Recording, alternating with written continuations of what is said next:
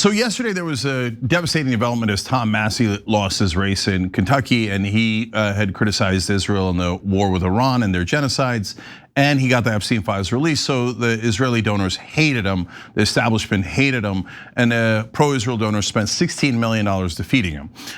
So that was what appeared to be really the only news coming out of this week's elections, but that's actually totally wrong.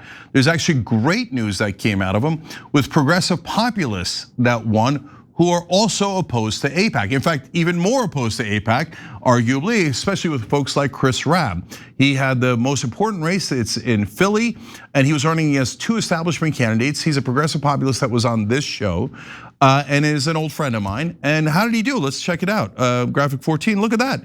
He crushed, he didn't just win, he won with 44.7 versus second place was 29.2, third place was 24.1. Both of those guys were the people that he ran against were establishment candidates.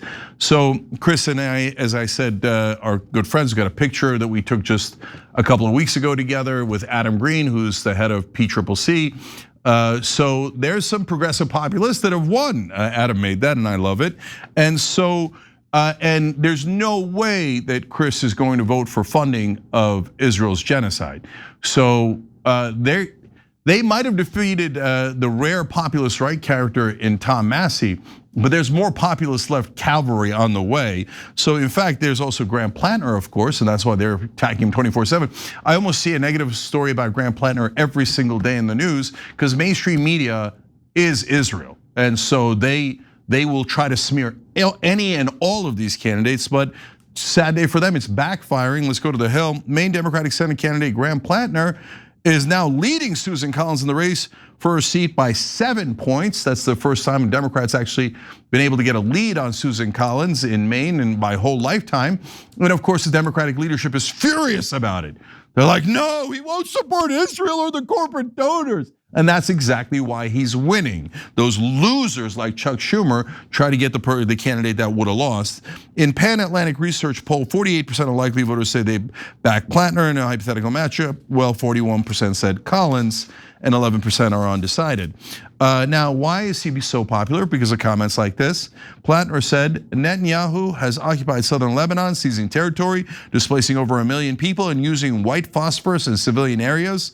More war crimes alongside the genocide in Gaza, the occupation of the West Bank and the bombing of Iran, bankrolled by the American taxpayers. And so that is why Graham Platner is winning, because he's a populist and he's saying no more money to Israel. They are having enormous trouble containing the populist left. That's why they're celebrating the defeat of the populist right candidate Tom Massey so much. They're so happy in Washington that Massey lost. They're so happy on cable news that Massey lost. And they're trying to damage all of our candidates in other ways, but it's not working because populist left is strong enough to win. Last one, James Tallarico.